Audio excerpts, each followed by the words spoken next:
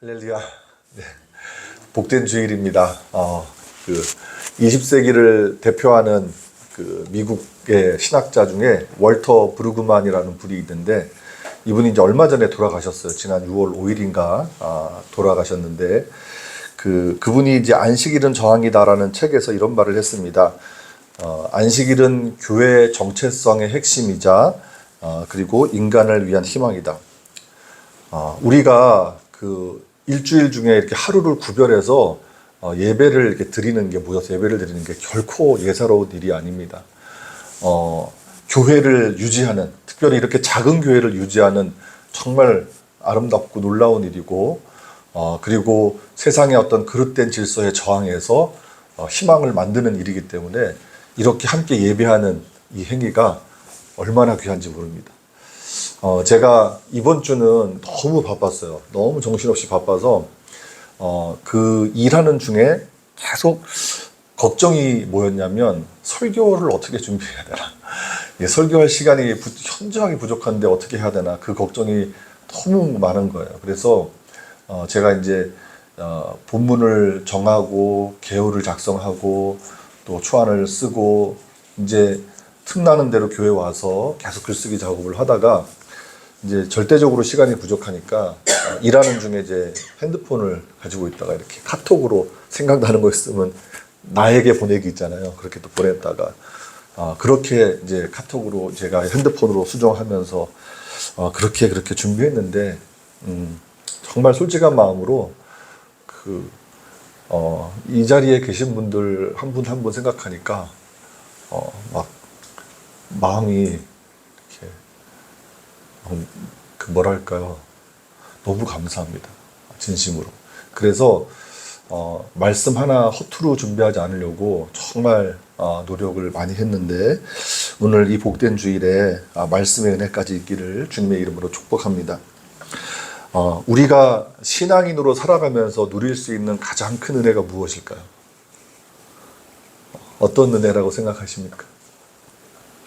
저는 하나님이 우리와 함께 계신다는 사실이 가장 큰 은혜라고 생각합니다.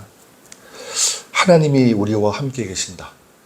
이 진리를 히브리어로 임마누엘이라고 하죠. 임마누엘. 임마누엘은 하나님이 우리와 함께 계신다라는 뜻입니다. 이 임마누엘이라는 말이 처음으로 등장한 것은 주전 8세기경 이사야 선지자의 예언을 통해서였습니다.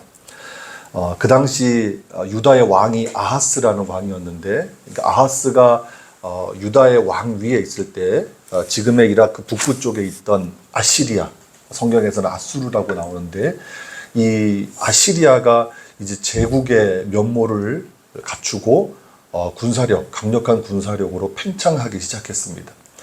이때 가장 위협을 느낀 나라는 아람이었습니다. 아람은 지금의 시리아인데, 이 아람의 왕이 이제 르신이라고 하는 인물이었는데, 아시리아가 팽창을 하니까 거기에 좀 두려움을 느끼고 반아시리아 동맹을 결성합니다.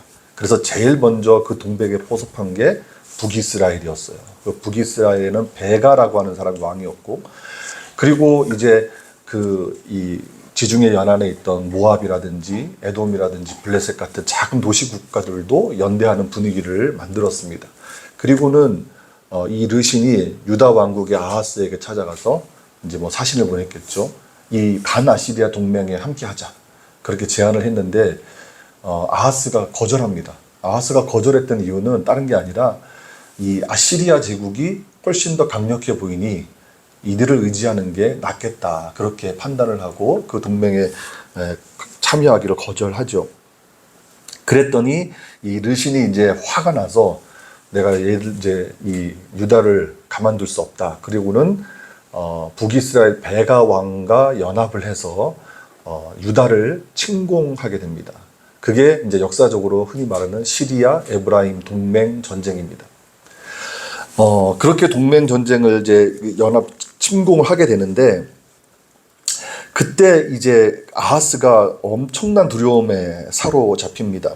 성경에 보니까 이사야 7장 2절의 말씀인데, 숲이 바람에 흔들림 같이 흔들렸다, 이렇게 기록합니다. 너무 두려웠다는 거죠. 그래서 아하스는 그 두려움에 사로잡혀서 그 아시리아에게 도움을 요청하려고 합니다. 바로 그때 하나님께서 이사야 선지자를 아하스에게 보내셨고 이사야 선지자가 하나님의 말씀을 전하는데 그 내용은 이렇습니다. 북이스라엘과 그 아람의 연합, 그러니까 시리아 에브라임의 동맹을 두려워하지 말아라. 그들은 연기나는 두 부직갱이에 불과하다. 그러니까 우리가 그 화로에 막 불 할 때, 막 타오를 때 이게 불 휘젓는 걸 부직갱이라고 하잖아요. 그러니까 불이 다 꺼져서 연기가 나는, 그러니까 지금 필요 없는 존재, 그렇게 쓸모없는 존재에 불과하니 두려워하지 말아라. 그리고 아수르를 의지하지 말고 하나님을 의지해라. 그렇게 이사야 선지자가 하나님의 말씀을 대언합니다. 그때 이사야 선지자의 입을 통해서 나온 말이 바로 임마누엘입니다. 보라, 처녀가 잉태하여 아들을 낳을 것이요 그의 이름을 임마누엘이라 하리라. 그때 이사야 선지자는 아하스에게 하나님의 징조를 구하라고 했더니 아하스는 징조를 구하지 않겠다고 합니다. 그런데 하나님의 징조를 말씀해 주죠. 아들을 낳을 것인데 그 아들의 이름을 임마누엘이라 하리라. 다시 말하면 하나님이 우리와 함께 계신다. 지금 우리와 함께 계시는 그 하나님을 너희가 의지할 때 그 시리아 에브라임 동맹도 깨뜨릴 수 있고, 그리고 아수르를 의지하지 않고도 이 나라가 건재할 수 있는 길이 있다라는 것을 이사야 선지자를 통해서 말씀을 들은 거죠. 그러나 안타깝게도 아하스는 하나님의 말씀을 따르지 않았습니다. 아시리아를 의지해서 당장의 위협을 벗어나고 싶었던 건데요. 결과적으로는 그 동맹을 무너뜨릴 수는 있었지만 나중에 아시리아의 속국 신세가 되고 맙니다. 나중에 아시겠지만 히스기야 시대에는 그 아시리아의 사네립이 쳐들어와서 하나님을 조롱하고 유다 왕국을 조롱하지 않습니까? 나중에 이제 바벨론이 등장하면서 아시리아에게 멸망당하지는 않았지만 어쨌든 북이스라엘은 아시리아에게 멸망당하고, 그리고 그 뒤에 등장한 또 새로운 강대국 바벨론에 의해서 유다가 무너지는 일을 겪게 되죠. 자, 그런데 그 임마누엘의 약속, 이사야 선지자를 통해서 선포된 그 임마누엘의 약속이 700여 년이 지나서 예수님의 탄생 예언에 다시 한번 등장합니다. 보라, 처녀가 잉태하여 아들을 낳을 것이요 그의 이름은 임마누엘이라 하리라. 마태복음 1장 23절의 말씀인데요. 이것이 바로 이사야 7장 14절의 인용이죠. 하나님이 우리와 함께 계신다는 약속은 하나님을 굳게 믿는 우리에게는 변함없는 진리입니다. 그 진리가 예수님의 오심으로, 그리스도의 오심으로 더 분명하게 확증된 것이죠. 그래서 이사야 선지자도 사실 아하스에게 그 임마누엘의 약속을 전할 때 우리가 굳게 믿지 못하면, 왕이 굳게 믿지 못하면 굳게 서지 못할 것이다 라고 말합니다. 그 이사야 7장 9절의 말씀인데요. 하나님이 우리와 함께 계신다는 사실을 굳게 믿으면 정말 하나님이 우리와 함께 계시는 그 사실로 인해서 우리가 하나님의 은혜와 돌보심을 받을 수 있다는 겁니다. 그러나 아하스는 굳게 믿지 않았죠. 그런데 오늘 우리가 다시 한번 그 임마누엘의 약속을 받는다고 생각해 보십시오. 우리가 이 사실을 깨달았으면 좋겠습니다. 하나님은 저 멀리 하늘에만 계신 분이 결코 아닙니다. 그분은 우리의 삶 가운데, 우리의 인생 가운데, 우리의 삶의 여정 가운데 우리와 함께 계시는 분입니다. 여러분, 이 사실을 꼭 믿으십시오. 물론 우리가 때때로 하나님이 멀리 계신 것처럼 느낄 때가 있습니다. 예배를 드려도 감동이 없고, 기도를 해도 응답이 없는 것 같고, 삶에서는 나름 치열하게 살아가는데 이리저리 치이고 딱히 하나님의 도우심이 없는 것처럼 생각될 때가 있습니다. 그럴 때 하나님이 정말 계신 건가? 의심이 들기도 하죠. 그러나 하나님은 그 순간에도 우리와 함께 계십니다. 4세기 카파도키아 출신의 아주 위대한 교부 신학자 중에 니사의 그레고리우스라는 사람이 있습니다. 이 니사의 그레고리우스가 이런 말을 했습니다. 신앙 여정의 핵심은 어둠 속에서 걷는 것이다. 왜냐하면 그 어둠 속에서 하나님을 만날 수 있기 때문입니다. 어둠이라고 하는 것은 우리의 고난만을 의미하지 않습니다. 우리가 영적으로 무기력해지고 또 신앙에서 회의가 찾아오는 것도 어둠이라고 할 수 있죠. 하지만 그 어둠 속에서도 하나님은 우리와 함께 계십니다. 임마누엘의 약속은 그 어둠 속에서 그 어둠을 걷어버리는 밝은 빛을 주겠다는 그런 약속이 아닙니다. 어둠 속에서 거기서 우리와 함께 계시겠다는 약속입니다. 두려움의 순간, 의심의 순간, 절망의 순간, 고통의 순간에 하나님이 없는 것처럼 느껴질 수도 있죠. 하지만 비록 어둠이 거치지 않더라도 하나님은 우리와 함께 계신다는 약속입니다. 하나님이 우리와 함께 계시기 때문에 우리와 함께 계시는 하나님을 우리가 의지한다면 그 어둠의 순간은 우리가 극복할 수 있는 거죠. 그러므로 우리가 할 일은 우리와 함께 계시는 하나님을 믿고 의지하는 일입니다. 16세기에 종교개혁이 일어났죠. 카톨릭의 부패에 맞서서 마르틴 루터가 종교개혁을 일으켰습니다.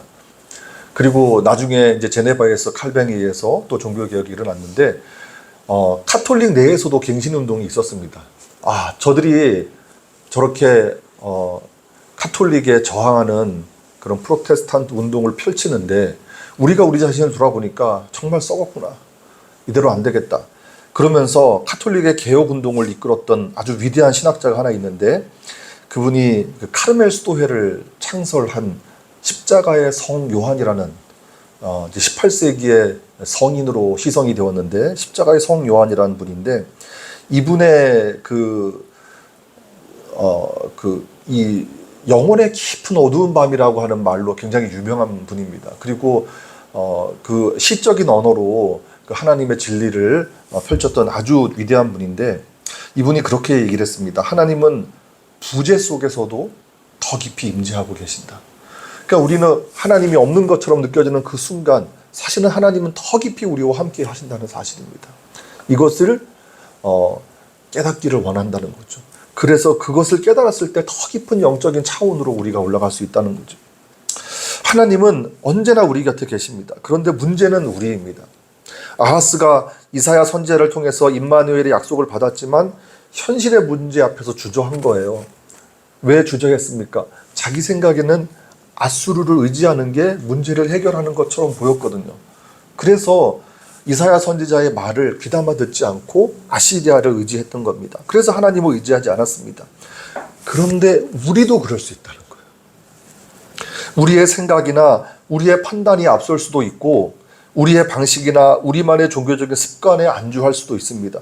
하나님은 우리와 함께 계시지만 우리는 그 하나님을 보지 못하고 오히려 하나님에게서 멀어지고 있다는 겁니다.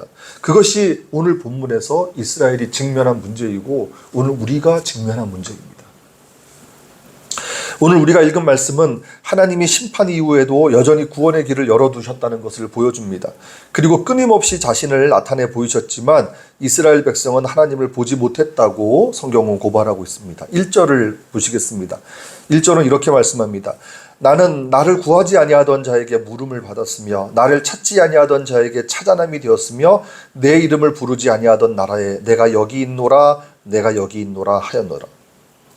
하나님은 당신을 구하지 않는 사람에게도 대답하셨고 찾지 않는 사람들에게도 발견되셨고 부르지 않는 사람에게도 내가 여기 있다 말씀하셨다는 거예요. 이스라엘의 문제는 하나님이 멀리 계신 것이 아니었다는 겁니다. 여러분 오늘 우리가 읽은 이사야 65장 말씀을 좀 제대로 이해하려면 사실은 본문의 배경을 알아야 되죠. 제가 여러 번 말씀드렸는데 신학에서는 이사야 56장부터 66장까지를 제3이사야라고 부릅니다. 그리고 이사야 40장부터 55장까지는 제2이사야라고 부르거든요. 그 이유가 무엇이냐면 이 제3이사야 시대의 배경은 바벨론 포로 생활을 마치고 돌아온 시기를 반영하고 있어요. 그래서 이사야 선지자가 활동하던 주전 8세기하고는 시대적인 상황이 맞지 않습니다.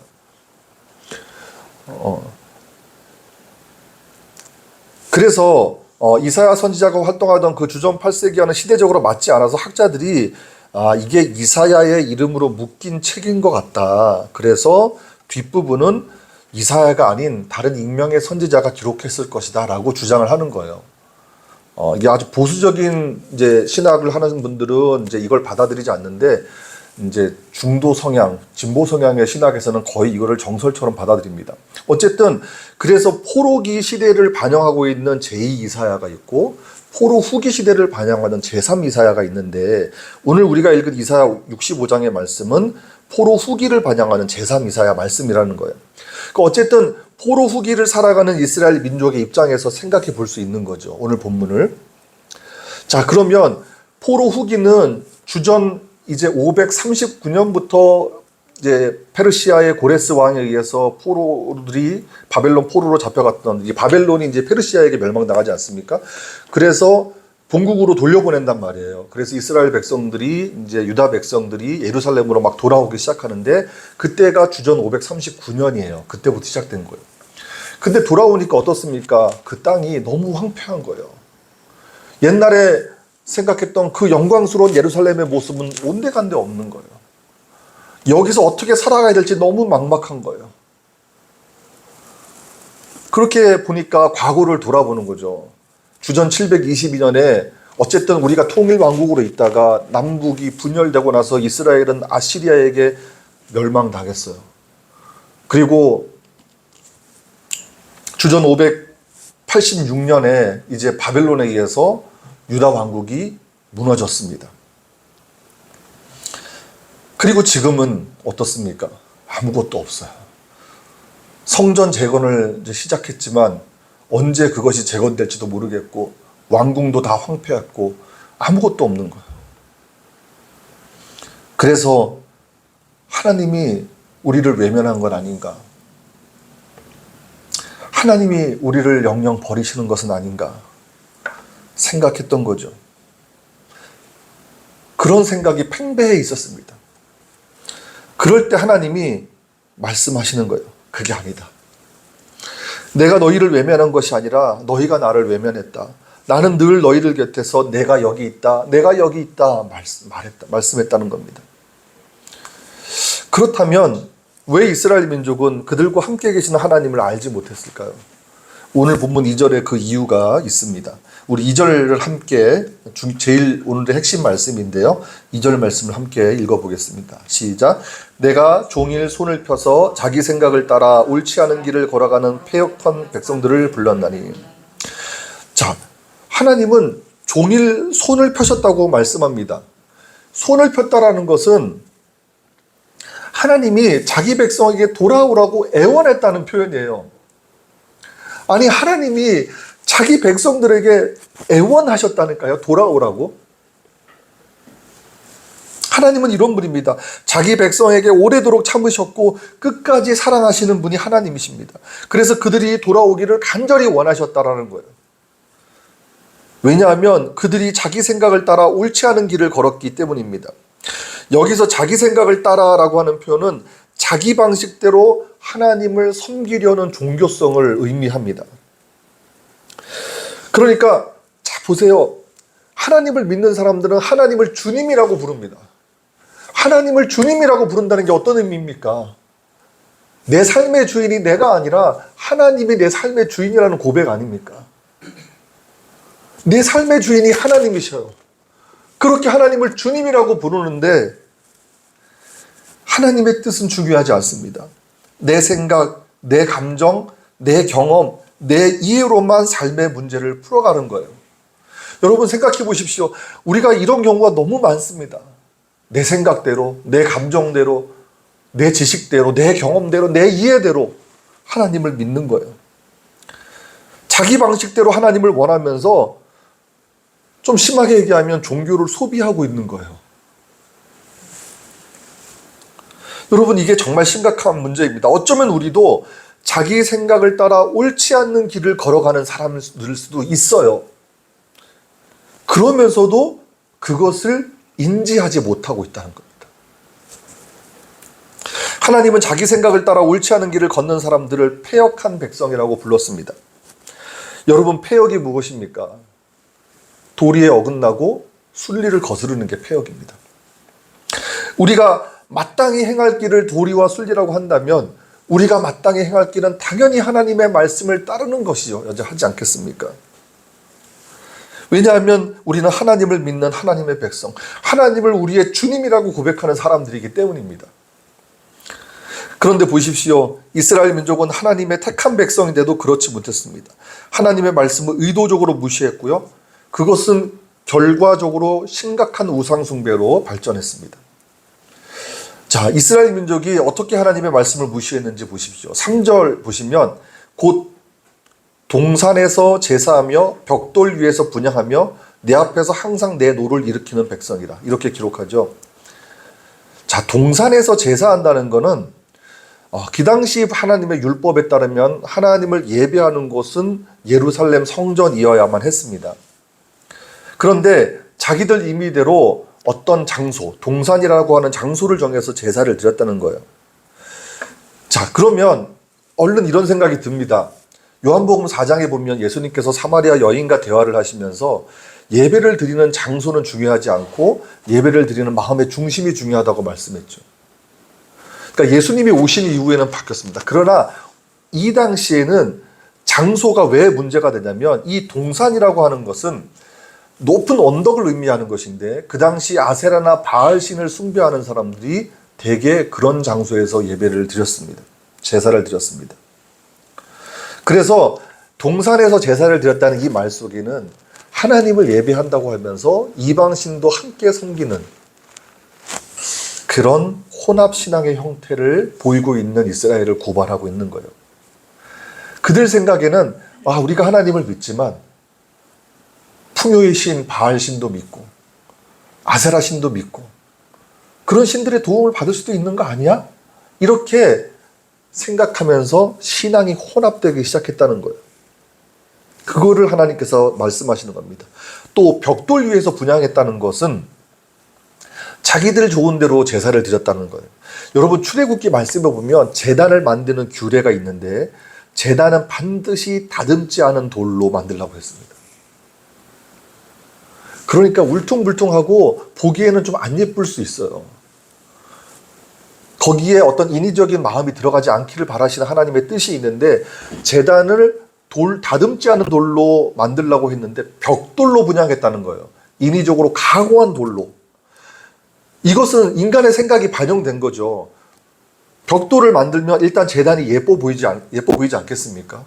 그리고 쌓기가 좀 쉽지 않겠습니까? 울퉁불퉁한 규격이 맞지 않는 제단을 만들 때 어려움이 왜 없겠습니까?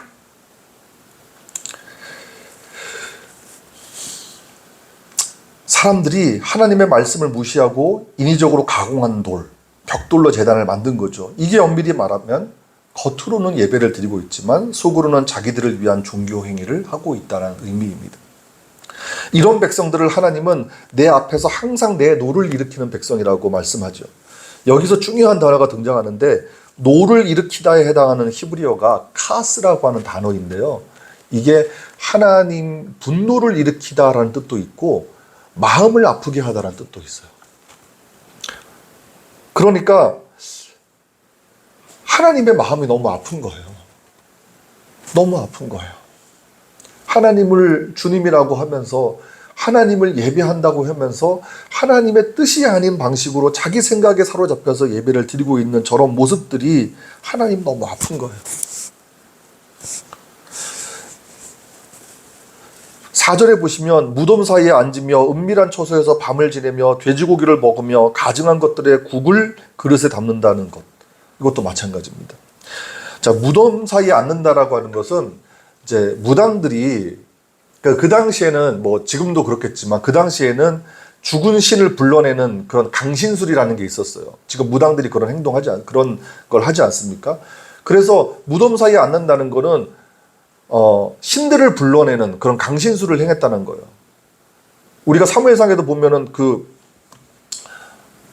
그런 장면이 나와 있죠. 막 그런 이제 영혼을 불러내는 그런 우상 숭배적인 행위들이 나와 있습니다만 그런 걸 했다는 거예요. 또 은밀한 처소에서 밤을 지샜다는 건 그런 불경건한 행위를 종교적 행위로 포장해서 은밀하게 자행했다는 거죠.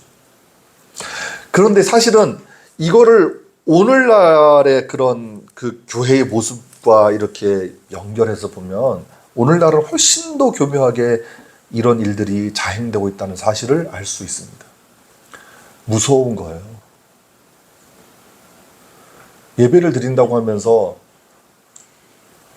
예전에 어떤 대통령의 초상을 만들어 가지고 예배를 드리는 모습도 있었죠. 그리고 하나님을 예배한다고 하면서 권력과 돈을 의지하고 그것을 은밀하게 행하는 모습들이 얼마나 많습니까? 하나님의 뜻을 구하지 않고 우리의 숨은 욕망을 드러내는 거예요. 심지어 교회조차도 하나님이 아닌 것들을 예배합니다. 돼지고기를 먹으며 가증한 것들의 국을 그릇에 담았다. 이건 뭐 여러분 잘 아시는 것처럼 돼지고기는 율법이 그만 부정한 음식의 대표 아닙니까? 물론 지금 우리는 돼지고기를 먹습니다만 예수님의 이 땅에 오신 이후로 율법의 적용이 달라졌기 때문이죠. 그런데 어쨌든 이 당시에는 이런 것들이 결국 어둠 속에서 다른 신을 찾는 행위였다는 것입니다. 그래서 하나님을 분노케 하고 하나님의 마음을 아프게 했다는 겁니다. 종교개혁자 칼뱅은 이 미신, 곧 망령된 믿음이라고 하는 것은 사람들이 스스로 만들어낸 기쁨에서 비롯된다고 했습니다. 우리가 우리 만족을 위해서 우리 생각대로, 우리 방법대로, 우리 것만 고집해서 결국 하나님의 말씀을 무시하는 것이 된다면 그것이 무엇이 되었던 그것은 우상숭배입니다. 무서운 말씀이에요. 그런데 정말 어처구니 없는 것이 자기가 자기 만족을 위해서 하나님의 말씀을 비틀고 왜곡하면서 그걸 모르는 거예요. 그래서 하나님의 종교가 아니라 그들만의 종교를 만들고 있는 거예요. 이게 가장 심각한 죄악입니다. 여러분, 그들만의 리그라는 말 아시죠? 영화도 있었고, 그래서 우리와 뭔가 다른 그들만의 리그를 만들어서 살아가는 사람들이 있지 않습니까? 그런데 그들만의 종교를 만들고 있다는 거예요. 5절을 한번 보십시오. 사람에게 이르기를 너는 내 자리에 서 있고 내가 가까이 하지 말라. 내게 가까이 하지 말라. 나는 너보다 거룩함이라 하냐니 이런 자들은 내 코에 연기어 종일 타는 불이로다.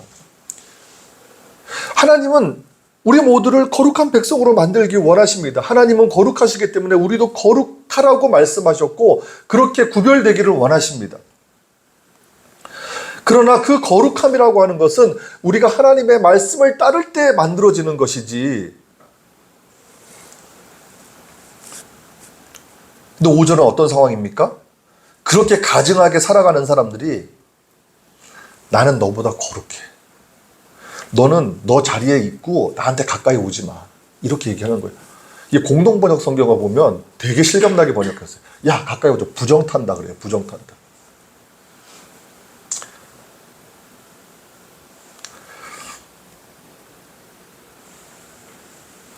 요즘 식으로 얘기하면 자기 안에 더러운 욕망은 숨기고 그 인간적인 욕망을 포장해서 거룩한 척 하는 거예요. 하나님께서 보실 땐 가장 더러운 존재인데 자기가 더러운 걸 모르는 거예요. 그런데 이런 사람들을 향해서 하나님이 뭐라고 말씀하십니까? 되게 재밌는 표현입니다. 내 코에 연기어 종일 타는 불이로다. 여러분, 우리가 고기를 구워 먹을 때도 연기가 나한테 계속 오면 막 코가 맵고 눈이 막 따갑잖아요. 그래서 연기를 피하지 않습니까? 근데 하나님께서 이렇게 표현하신 거예요. 이런 사람들은 내 코에 연기다. 하나님도 그들을 피하겠다는 거예요. 하나님은 늘 우리와 곁에 계시고 우리와 함께 하시기를 원하는데 이런 가증한 인간들을 하나님은 피하시겠다라는 거예요. 결국 우리 생각대로 우리 방식의 신앙대로 하나님을 믿는다고 말하고 행동했지만 가까이에 계신 하나님을 밀어내고 있는 이스라엘 민족의 모습. 그리고 오늘 이 말씀을 읽으면서 혹시 우리는 그런 모습이 아닌지 돌아보기를 원합니다. 기도한다고 하면서 정작 하나님의 뜻을 듣지 않는 거죠. 제가 예전에 어떤 책에서 읽었는데 우리나라뿐만 아니라 모든 그리스도인들이 마찬가지라고 합니다. 기도를 열심히 할 때 그냥 계속 부르짖고 이렇게 간구해요. 그럼 하나님이 그렇게 얘기하신대요. 아, 이제 내가 너 말 다 들었는데 내가 너한테 해주고 싶은 말이 있는데 왜 듣지 않고 그래 바로 가니? 그런다는 거예요. 그래서 그 책에서 읽었을 때 우리가 기도를 할 때 우리가 간구하는 기도도 하지만 침묵하면서 하나님이 내게 어떤 말씀을 주시는지 들으려고 귀를 쫑긋 세워야 된다는 겁니다. 우리가 말하는 기도도 필요하지만 듣는 기도도 필요하죠. 근데 말하는 기도의 대부분이 결국 내 욕망을 채우려는 기도. 때로는 우리가 그것이 욕망인지도 모르고 하나님께 구하지만 하나님이 그것이 옳지 않다 생각하면 하나님은 그것에 침묵하시기도 하고 거절하시기도 하고 다른 방향으로 우리를 이끌어 가시기도 하는 거예요. 그래서 기도한다고 하면서 정작 하나님의 뜻을 듣지 않은 행위. 예배를 드리면서도 내 감정만 위로받으려고 하는 행위. 하나님께서 어떤 말씀을 하시는지 그 말씀에 귀를 기울이려고 하지 않고 나를 위로해 주기를, 나를 축복해 주기를, 나를 이해해 주기를 바라는 그 마음에만 예배를 드리는 행위. 하나님의 말씀보다 내 생각, 내 방식, 내 감정이 중심이 되어 있다면 우리는 종교적인 열심은 있지만 하나님과는 점점 멀어지고 있는 것일 수도 있다라는 것입니다. 여러분, 오늘 이 사실을 여러분이 꼭 알았으면 좋겠습니다. 하나님은 지금도 오늘도 내가 여기 있다, 내가 여기 있다 외치고 계십니다. 그분은 우리 곁에서 우리 곁을 떠나서 멀리 계신 적이 단 한 번도 없습니다. 멀어진 것은 우리의 마음이고 우리의 왜곡된 마음이고 우리만의 종교성과 형식 속에 갇힌 신앙이었습니다. 여러분, 이제 다시 우리의 방식이 아닌 하나님의 말씀 앞에 겸손히 서는 우리 모두가 되기를 주님의 이름으로 축복합니다. 찬송가 401장을 함께 찬송합니다.